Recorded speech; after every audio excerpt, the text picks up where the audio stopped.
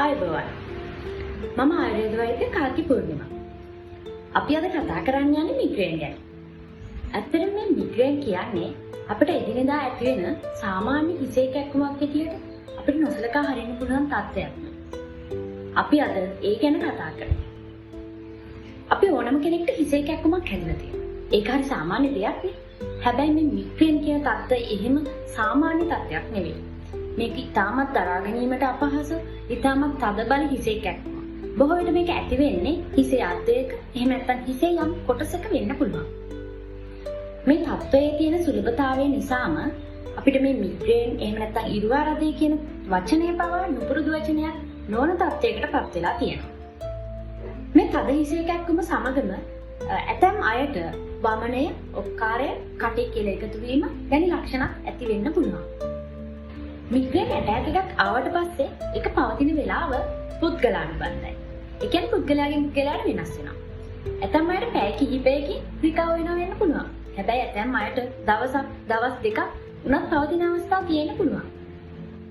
මේ තද හිසේ කැක්කුම එහෙම නැත්නම් මිග්‍රේන් ඇටැක් එකක් ඇති වෙන්න කලින් ඇතැම් අයට ඈනුම් යෑම, mood changes, ඒ වගේම ඇස් බුඳ වීම, කතාව පැටලීම වැනි ලක්ෂණ ටිකක් ඇති වෙන්න පුළුවන්.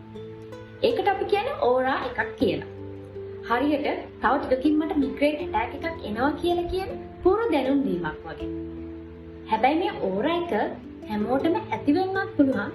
එහෙම ඇති වෙන්නේ නැති අවස්ථා තියෙන්නත් පුළුවන්. මිග්‍රේන් තත්ත්වයෙන් පෙළෙන රෝගීන් බොහෝ විට කියන දෙයක් තමයි මට ආලෝකයේ දිස බලන්න බෑ. මට පොඩි ශබ්දයක්වත් දරා ගන්න බෑ, මට ඔළුවේ කැක්කුම එනවා. ඒ වගේම ඇතැම් ආහාර ගත්තම මට ඔළුවේ කැක්කුම එනවා. අපි මේවට කියන්නේ ට්‍රිගර් ෆැක්ටර්ස් කියලා. මේ ට්‍රිගර් ෆැක්ටර් එක පුද්ගලයාගෙන් පුද්ගලයාට වෙනස් වෙනවා.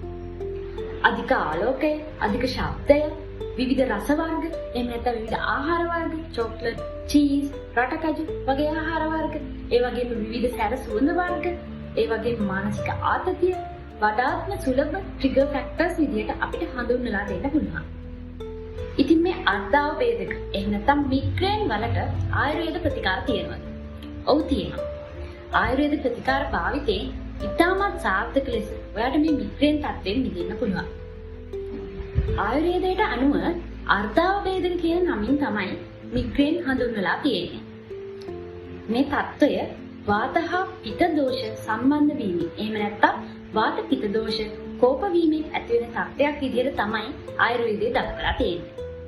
සුදුසු තෛල වර්ගයක් යොදාගෙන ශීර්ෂ අභ්‍යංග සිදු කිරීම, ශිරෝධාරා සිදු කිරීම, ඒ වගේම තමයි ධූමපාන කර්ම සිදු කිරීම, ඊට අමතරව විශේෂයෙන්ම නස්ය කර්ම සිදු කිරීම, වැනි බාහිර ප්‍රතිකාර, ඒ වගේම අවශ්‍ය අවස්ථාවලදී අභ්‍යන්තර ඖෂධ ලබා දීම මගින් අපිට මිග්‍රේන් තත්ත්වයට එහෙම නැත්නම් අර්ධාවබේධක සඳහා සාර්ථක ලෙස ආයුර්වේද ප්‍රතිකාර සිදු කරන්න පුළුවන්.